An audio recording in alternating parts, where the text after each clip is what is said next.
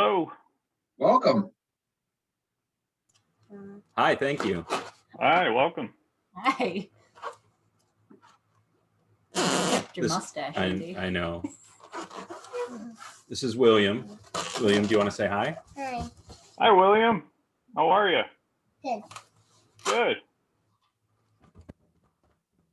And who do we have down there laying down taking a nap, which is what I'd like to be doing. I'm kind of jealous. Joel? Say it again. Joel. Joel. Nice to meet you, Joel. Oh, he took off. Hi, Joel. Hi, Karen. Went to get something, and who knows? Who knows? Now you get to go to kindergarten, Karen. It was always part of my plan. or Alice might try to start over again. So we'll give it just a couple more, like maybe half a minute or so, and see if more people come in. So how did the morning go, or the early afternoon? Good? It was Went good. really well, yes. Good. Are you guys new to Shaker, or do you have students already in the district, or just new to kindergarten, or? The three parents all graduated from Shaker together. In the same year. Oh, get out. Okay. Okay. But he's our first going Okay. to schools. Joel is our third. Third? Okay. We've got a fourth grader, a second grader, and now Joel's joining. Nice. Still hunting for something. Kudos for you for attending it with the third. That's impressive. I don't think I third. I peer pressured her into it. Oh, okay. He got the bag, and then he was really excited about it. So. All right. Maybe that's what he's going to get. The bag. John, from your background, I can see that the computers haven't changed much since we've been there. Yeah. No, if it works, we just stick with it. I mean, fortunately, technology doesn't change much, so we're good. They don't make them like they used to. No. Oregon Trail it's a great learning device. Yeah. Well, we can go ahead. I mean, and this obviously is just meant to be very informal. We have some slides just to kind of guide the conversation, but by all means, interject, jump in if you have questions, and just like I said, keep it casual. Welcome to each of you, and especially to the new students. We're excited to have you. It looks like a fun balloon. Just to introduce myself, my name is John Rizzo. I'm the technology director for the district. If nothing else out of this, if you want to jot down my email address, I think they're recording these as well, so you'll have it, but I'm in the directory. But by all means, reach out if you want at some point, if you have other questions or ideas or whatever. So just last name _J@shaker.org. I've been with the district 6 years now, and we've come a long way. Honestly, you joke about the computers behind me, but when I first came here, maybe it wasn't that bad, but we had some work to do, and our team has done a fabulous job of bringing things up to date. I'm not a Shaker resident, so I apologize for that. My family and I live in Sagamore, but we have two kids of our own. A third grader going in the fourth, and our daughter Julia, who's actually in fifth grade. I always like to say, when we do things in the tech department, I take it very seriously that we're doing it for kids, and I always think of it through that lens. As a parent, is this what I would want?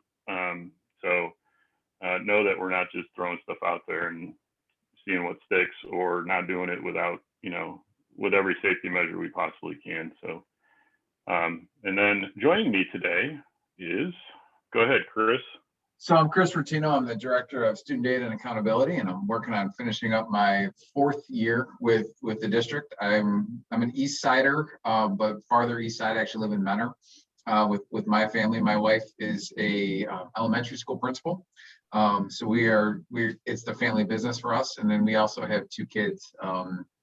I have a 5th grader going into 6th grade, and then I have a future freshman girl. So that we got the high school experience going on for us. So we're in the same kind of new orientation mode as you all. It's just a little bit different. So still brings on, kind of new fears. I would say with same thing with John, we take the approach of student-centered and kind of really putting the student at the middle of things, kind of what do we want, not only for our kids, but what's the best kind of experience for all students. So that's kind of how we take the approach to everything we do. And also from a parent perspective, and looking at some of the issues that we deal with, kind of how can we use technology in the programs that we have to really make it so that it's an easy communication for parents, and try to make it as streamlined as possible. So that's kind of where that's the approach we take with a lot of our systems. I see we got a couple more people, so welcome. Fortunately, we just started, so you haven't really missed much other than introductions, which honestly is probably the low point of the conversation. Just to give you a little framework, a little context of the technology department in the district, how we function. We do have 2 sort of teams that we work together, but do different things as far as what they support. Our technology services side is really your desktop support, mobile device support, Chromebook support, all of our network infrastructure, account management, that sort of thing. So think of that as, your help desk and desktop support type function. And then we have Chris's side of the house, which is the student data and accountability. So Chris wears many hats, but primarily his team is over the student information system, which is Progress Book, or you may hear Dazzle thrown around sometimes as well. They're really synonymous. Dazzle's just kind of an older nomenclature that still sticks around. And Chris does with his group also the district and state assessment coordination, registration, and then a lot of the state reporting that's required of the district in terms of student data that needs to be reported on an annual basis. Is there anything else you wanted to add to that, Chris, or did I summarize that pretty? No, I think you hit it on the head. I'll get to a little bit more. Okay. As far as what tech your student will get, from a user account or access standpoint, every student does get a Shaker network account, so they can log into any of the Windows computers, which are actually sort of fewer and far between, but we do have some, and also a Google account under our Shaker domain. So it's not just a public Google account, it's a Shaker student Google account. Their username follows a typical pattern or a similar pattern with their first initial and then their last name. And then our students are always at stu.shaker.org. You'll notice staff and faculty is always just shaker.org. We did that intentionally so we can tell a student account from a staff account pretty easily just by looking at it. And so could you if you needed to for some reason. They do have access to the Google Suite in terms of the core products, your Google Drive products, docs, slides, those types of things, Google Classroom. There is no email access for kindergartners. You may talk to parents right now that say, well, yeah, there is. That is a pandemic response situation. We did open that up in light of everybody going remote in March, but we do plan to go back to our prior status where students in kindergarten do not have access to email. As far as in the classroom, they do have a Chromebook that's accessible to them. It'll be a new one. It'll have a touch screen. That came out of a lot of conversation with our teachers that the touch screen is really helpful for the younger students. It's really up to the teacher, but a lot of kindergarten teachers do assign the Chromebook to the student just for accountability purposes and also just ease of distribution in the classroom and management. But they don't go home, they stay at school. And sorry, that means like one Chromebook per student, like they might be using them all at the same time in the classroom for something or taking them home? Correct. Correct. There's one per student in the classroom though, so they're stored. They're charged at school and left at school, unless of course something were to arise again where they needed to go home. But moving into the future, as we hopefully level off back into some normal school structure, they would stay at school. Does that answer your question? I just want to make sure. Yeah, absolutely. Okay. And I assume like if there was a student like for medical needs or depending on how the pandemic goes in the fall who needed to be at home, they would have access to that Chromebook at home for remote school. Would that be necessary? Absolutely. Yeah. For login, and this is really more in Chris's wheelhouse, so I'll let him talk about this more, but it can be a little cumbersome for students in kindergarten to log in with that long email address and a password. So we use a system called Clever, which actually provides a QR code badge that just when held up to the camera on the Chromebook logs them in. And it really expedites things in the classroom. And I've been in classrooms where, it can take 15-20 minutes for all kids to log in because, and then you get a kid with, a student with a very long name, and it's, so this process has helped tremendously. And then in the classroom itself, we have, in addition to the Chromebooks, the teachers use different software and applications with the students.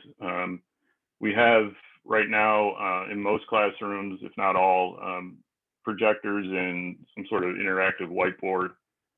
We are looking at plans of phasing some of that out and replacing with newer technology in the form of interactive panels, flat panels.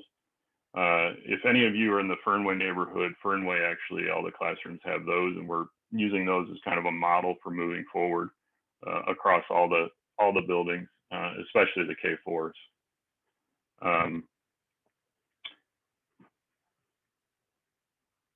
Oops, sorry about that. Chris is going to talk a little bit about, as far as tech and you as parents, what you need to know or what might be helpful to know. So yeah, a couple of things. First of all, my side of the house does kind of run registration, so we want to make sure that you've gone through the online registration process, made the appointment, and you're all set to go. If you're not and need any help with that, please reach out. We'll get you kind of logged in and set up. If the paperwork is kind of uploaded there, it's about a 5-minute appointment. We do check it and try to make it and expedite it as fast as we can. You will get an update kind of email around July. It just says it's time to update your profile. If there are no changes, you can disregard it, and we will try to limit those that we send out. If you are a part of our Shaker preschool program, you've already registered your child using registration gateways. You don't have to register them twice, but you will have to update them. So we'll try to make that as explicit as we can. There's no harm for going in and updating, just saying that there's no changes, but that's kind of where the system is. And it's some of the limitations to the system that we use, but we try to be as explicit as possible in our messaging so that you know when you have to do it or not.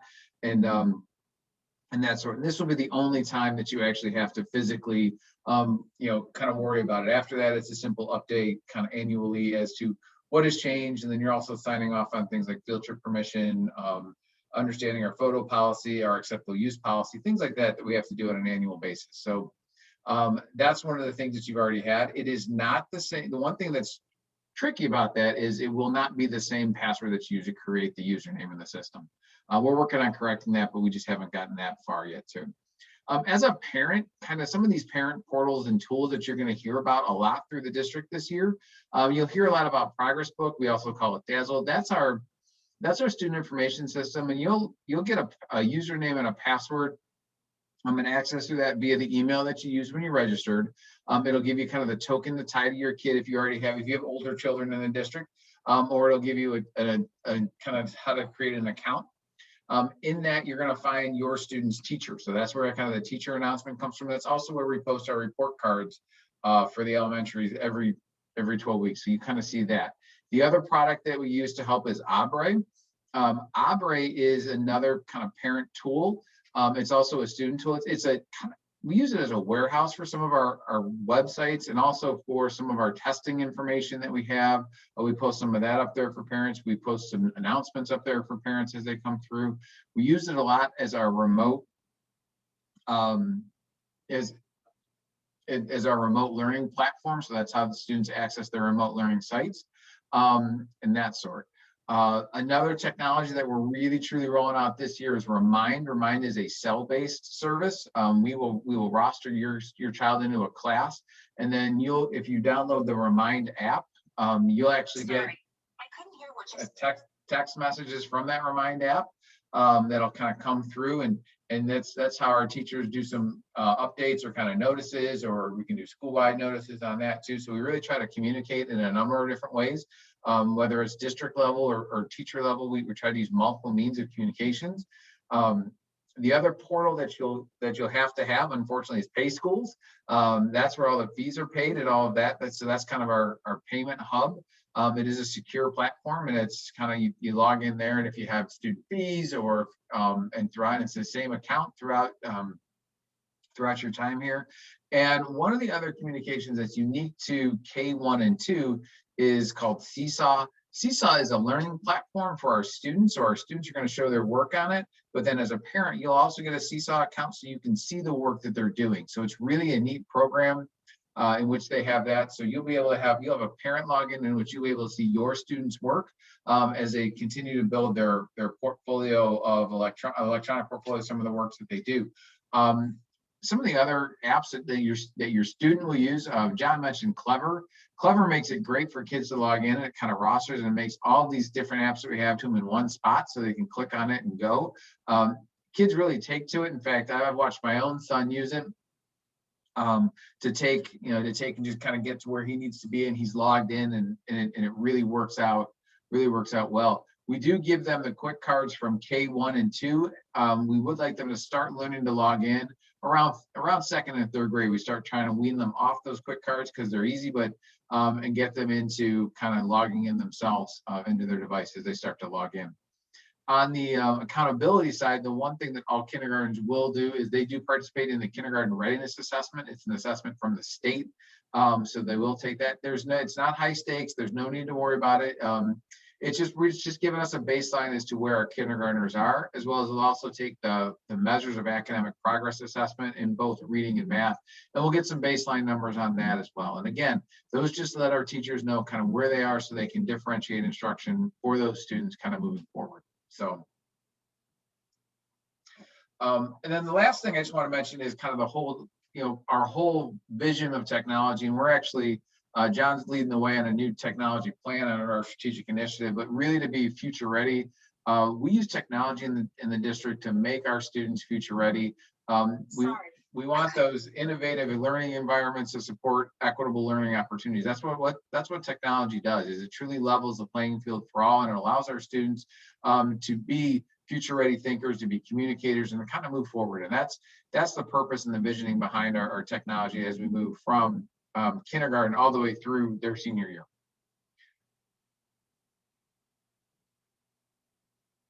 So at that point, are there any questions? Yeah, does anybody have any questions? I have two questions. One is, and I'm sorry, Ms. Carter, what was your son's name again? What was your name, bud? Joe. Joel. Can I see your drawings? Those look pretty cool.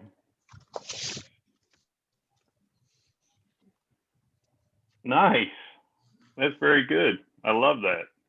I love seeing kids draw. That's awesome. Do you have a question, Joel? When will this be over? When will this be over? I had the same question, Joel. It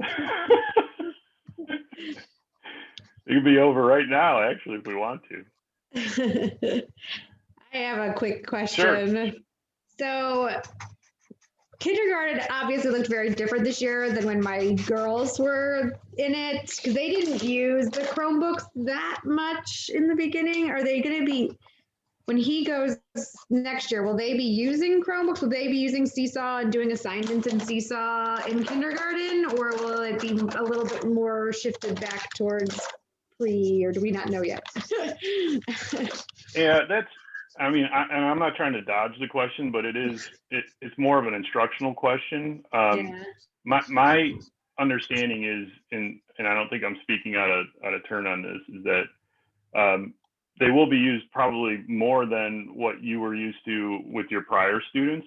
And it has a lot to do with, teachers have come a long way in actually learning how to integrate them in much more meaningful ways. Also, the pandemic, for all of its negatives, had some bright spots, which was also furthering that and deepening that learning for the teachers as to how to use them, in good ways. And when I say good, I don't mean as just pacifiers or time killers, but actually as instructional tools. So, again, without being, I'm not representing like teaching and learning, so I don't want to speak out of turn. I think it will vary, based on teacher a lot. Some teachers are more comfortable with them, some are less, so you'll see less use. I know from a district standpoint, the goal is not to have unnecessary screen time or too much screen time. And there's certainly a balance there that needs to be struck. Again, going back to from my own parental viewpoint, I wouldn't want to see it either, where my student is at school but on a Chromebook all day. I want to see him actually drawing like like Joel is. So I would, if this answer, isn't specific enough, I would definitely reach out to like Dr. Robinson or Dr. Herbrook as well, or even the building principal if you know what building you're going to be. That can maybe clarify that some. But does that help at least a little? Yeah, I was just going to ask, and I don't know, this may be more your realm or maybe the building principal with the kindergartners. If when they're registered, do we get I can't remember because it's been, a few years, and they didn't use the Chromebooks in kindergarten hardly at all when my older two started, just because they didn't even have enough Chromebooks to do it. But would we have access to his like login information to be able, because his sisters could show him how to do like clever, You actually will. Teachers will walk them through it too in the beginning and take it slow for the kids too. But if you wanted to get on and see what it was like, is there access? Yeah, actually, I encourage you as a parent to log in as your student. I mean, that is your access, is to just log in as them, and or have them show you. Work with your student and have them show, hey, this is how I log in and this is what we're doing. That we certainly don't. You don't have your own login into the system, but by all means, I mean, in the password scheme is I have no question, certainly. Mommy. I have no question. Oh, yeah. Why did I hear a dog bark? That's my dog. She barks at everything. Well, actually nothing. She's our protector, even if there's nothing there to protect us from. Get her in here, Mom. Here, Mom. Getting back to that password question, you actually will have access, but not till August 1st. Come here, Mom. Okay. Or it'll be in August, and then typically the first day or two of school, those teachers will send home a quick card as well. So you'll get a copy of his clever card to log in. She has a juice boxes. How much more days? How much more days till the juice boxes? Well, I'll answer that. We'll let these guys go because I think it's already after 2 and it's just us on here now. Thank you very much. It was very helpful. Thank you. And we'll look forward to seeing you next year. Yeah. Here's the dog that was barking. Oh, you want to see the doggy? Say hi to Joel. He loves dogs. There. Say hi.